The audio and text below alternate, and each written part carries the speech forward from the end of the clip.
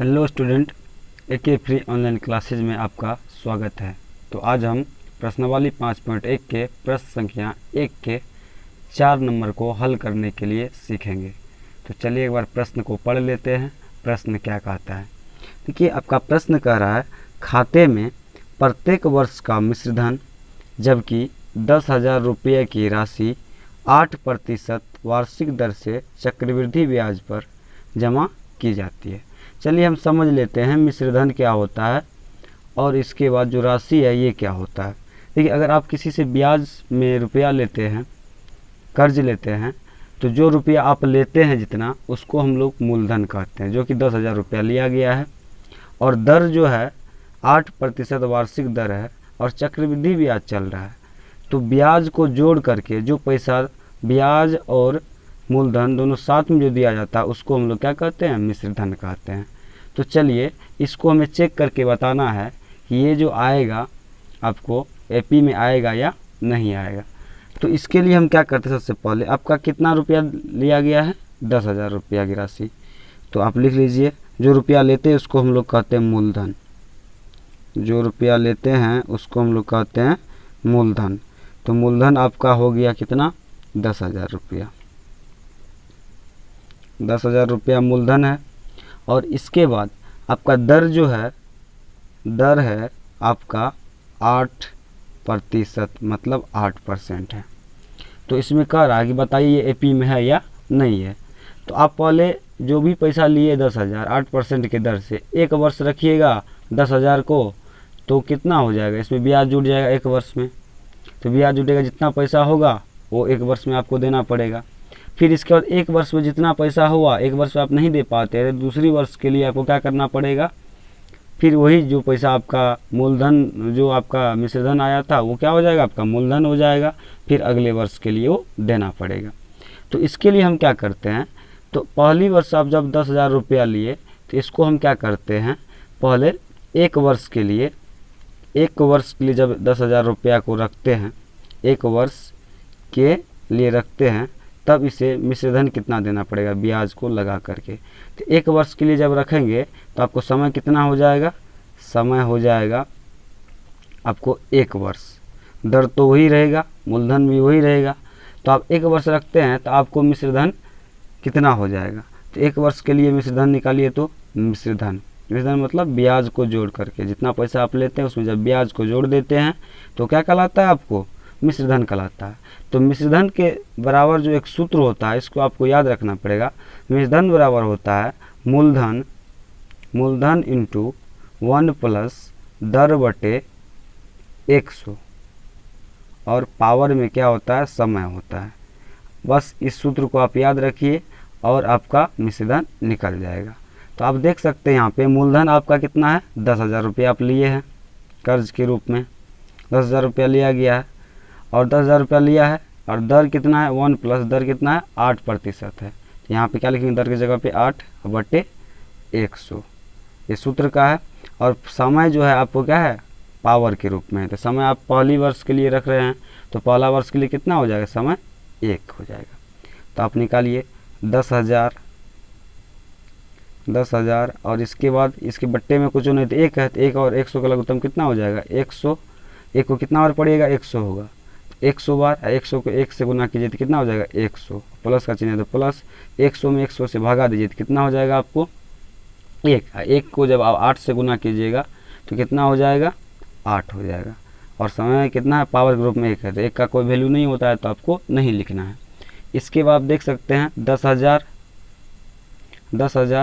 गुना लिखिए, कोष्ट का मतलब गुना होता है। 100 में 8 को जोड़िएगा तो कितना हो जाएगा, 108 हो जाएगा। 108 हो जाएगा, बट्टे में कितना हो जाएगा, 100 हो जाएगा। तो आप 100, 2 जीरो नीचे में है तो 2 जीरो ऊपर का कट जाएगा, तो बच गया क्या आपको 100 गुना 108। तो 100 को 108 से गुना कीजिए तो कितना हो जाएगा, 10,800।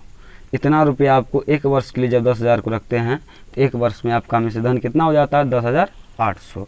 इसी प्रकार हम देख लेते हैं 2 वर्ष के लिए जब रखेंगे तो कितना इसका हो जाएगा, 2 वर्ष के लिए 2 वर्ष के लिए जब हम 10,000 रुपया को रखते हैं तब आपका चक्रवृद्धि ब्याज कितना हो। चक्रवृद्धि ब्याज का मतलब जो ब्याज आपको होता है तो ब्याज का भी ब्याज लगता है, तो उसे हम लोग क्या कहते हैं, चक्रवृद्धि ब्याज।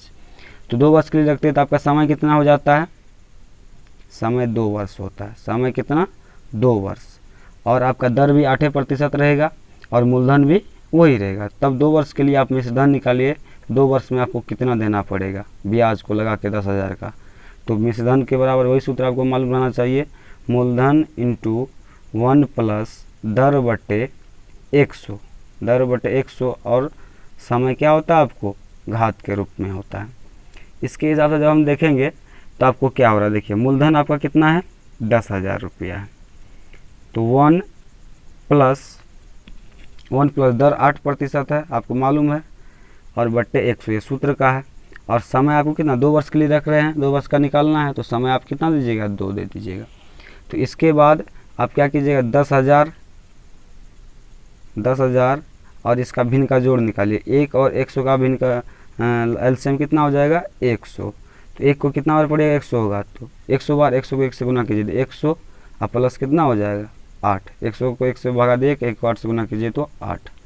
ये आपको आता होगा, ये साधारण सा कैलकुलेशन है। इसके हिसाब से 100 और 8, 100 को 8 में जोड़ेंगे तो कितना हो जाएगा, 108। अब बट्टे में 100 है तो 100, पावर कितना हो जाएगा, 2।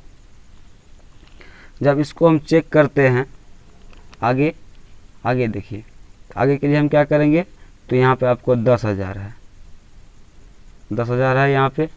तो 10,000 गुना 108 बट्टे 100 का स्क्वायर है, मतलब 108 बट्टे 100 को 2 बार गुना करेंगे, 108 बट्टे 100।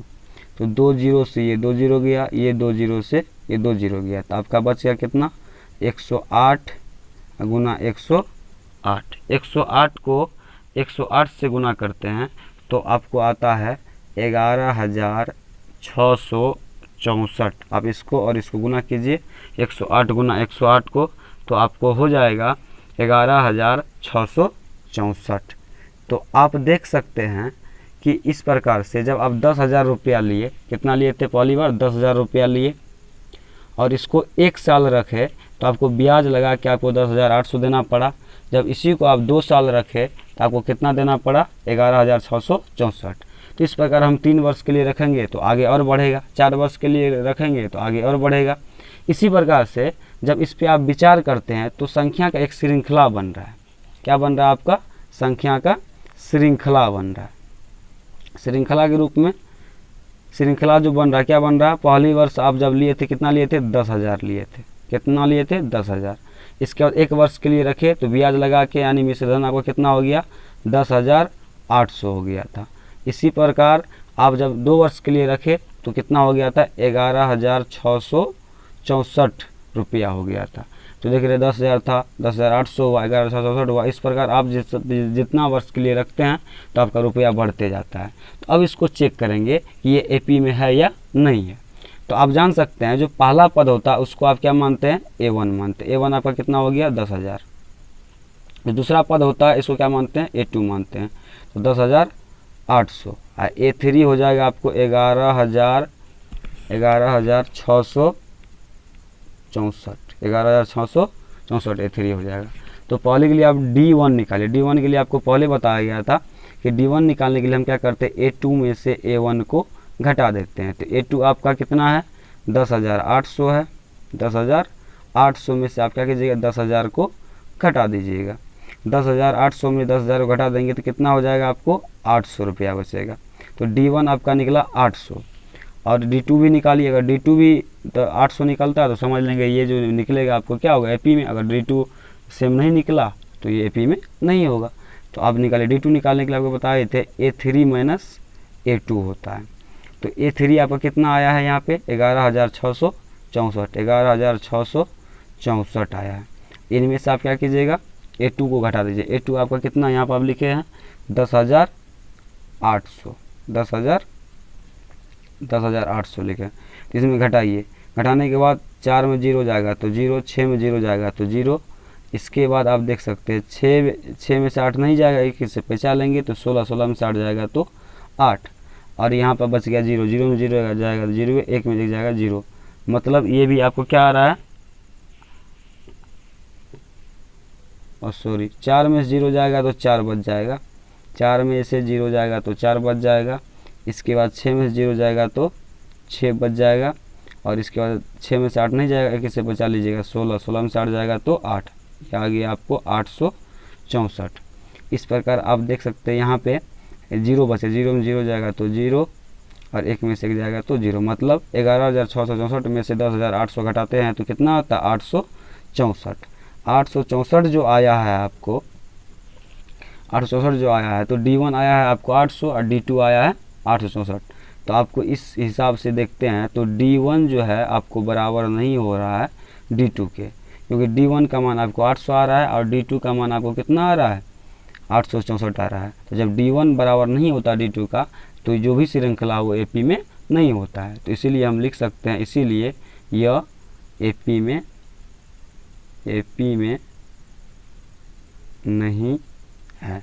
इस प्रकार आपका ये सवाल बन गया और बहुत आसान था। आई होप कि आपको ये समझ में आ गया। अगर समझ में आए तो आप प्लीज़ लाइक कर दीजिएगा। धन्यवाद।